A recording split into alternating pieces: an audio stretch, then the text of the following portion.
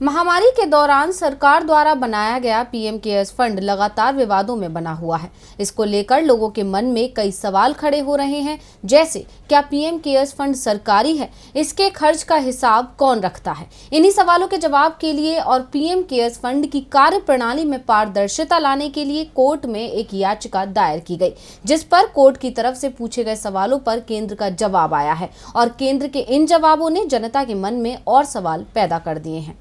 PM cares fund बनने के बाद से लगातार सवाल पूछे जा रहे थे और अब केंद्र ने दिल्ली उच्च न्यायालय में एक हलफनामा दाखिल कर दिया है।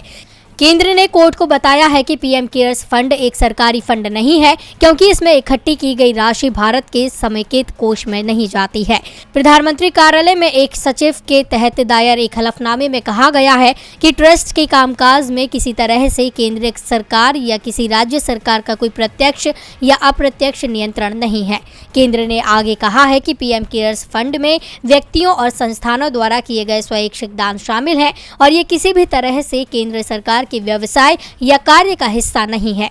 केंद्र सरकार और एक सार्वजनिक ट्रस्ट होने के नाते ये भारत के नियंत्रक और महालेखा परीक्षक के ऑडिट के अधीन भी नहीं है। कोर्ट ने कहा कि समय की कमी के चलते अभी इस कार्रवाई को यहीं रोका जा रहा है और अब इस मामले में अगली सुनवाई 27 सितंबर को होगी। मुख्य न्यायाधीश DN पटेल और न्यायमूर्ति अमित बंसल की पीठ ने इस मामले की आगे की सुनवाई के लिए 27 सितंबर की तारीख तय की है।